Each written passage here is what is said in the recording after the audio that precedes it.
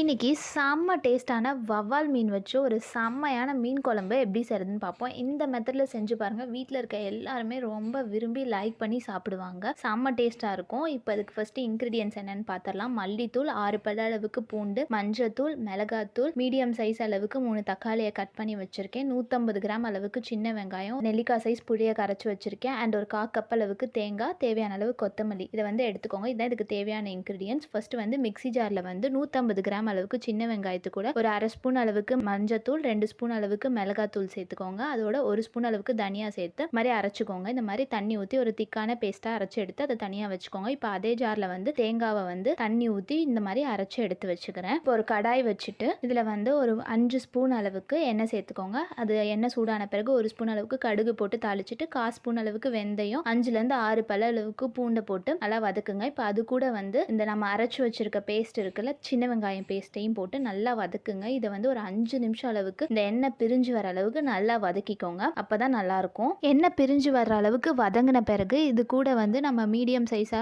3 தக்காளி வந்து கட் பண்ணி வச்சிருக்கோம். அதையும் வந்து சேர்த்து இதுவும் நல்லா வந்து வதங்கணும். இப்போ தேவையான அளவு உப்பு போட்டுட்டு இதையும் ஒரு 2 to 3 மினிட்ஸ் அளவுக்கு எண்ணெய் பிரிஞ்சு வர அளவுக்கு நல்லா வதக்கிக்கோங்க. இப்போ நல்லா இதெல்லாம் வதங்கி எண்ணெய் பிரிஞ்சு வந்த பிறகு சின்ன லெமன் சைஸ் அளவுக்கு புளியை கரைச்சிருக்கேன். அதை சேர்த்துட்டு தேங்காய் அரைச்சி வச்சிருக்கோம்ல, அதையும் சேர்த்துக்கோங்க. இப்போ தேவையான அளவு குழம்புக்கு தேவையான அளவுக்கு தண்ணி ஊற்றி எல்லாத்தையும் நல்லா மிக்ஸ் பண்ணுங்கள். இப்போ இது வந்து ஒரு 10 மினிட்ஸ் அளவுக்கு நல்லா கொதிக்கட்டும். இப்போ நான் வந்து வவ்வால் மீன் வந்து ஒரு 1/2 கிலோ வவ்வால் மீன் இருக்குது. இதை வந்து நல்லா வாஷ் பண்ணி எடுத்து வச்சுருக்கோம். இப்போ 10 மினிட்ஸ் அளவுக்கு குழம்பு நல்லா வந்து கொதிச்சு வந்துருச்சு. இந்த மாதிரி கொதிச்சு வரும்போது நம்ம வந்து இப்போ ஒரு பீஸா வந்து இந்த குழம்புல வந்து சேர்த்துற வேண்டியதான். அவ்வளோதான். இந்த மாதிரி ஒரு பீஸா ட்ராப் பண்ணிக்கோங்க. அவ்வளோதான். அப்படியே கொஞ்சம் நேரம் விட்டு நல்லா வந்து குழம்பு கொதி வர அளவுக்கு வெயிட் பண்ணுங்கள். ஒரு 5 நிமிஷம் அளவுக்கு கொதி வந்தால் போதும். நீங்கள் எதுவுமே பண்ண வேணாம். ஒரு 5 மினிட்ஸ் வந்து க்ளோஸ் பண்ணி வச்சுருங்க. அவ்வளோதான். இந்த மாதிரி கொதிச்சு வரும்போது குழம்பு சூப்பராக ரெடி ஆயிடுச்சு. எண்ணெய் பாருங்கள் சூப்பராக பிரிஞ்சு வெளியே வந்துருச்சு. அவ்வளோதான். செம்ம டேஸ்டான மீன் குழம்பு ரெடி. இது வந்து நீங்கள் இந்த ப்ரொசீஜரை செஞ்சிங்கன்னா குழம்புல வந்து மீன் பீஸ் வந்து உடையாது. அவ்வளோதான். சூப்பரான கொத்தமல்லி தூவி இறக்குனீங்கன்னா செம்ம டேஸ்டான மீன் குழம்பு ரெடி ஆயிடுச்சு. கண்டிப்பாக ட்ரை பண்ணி பாருங்கள்.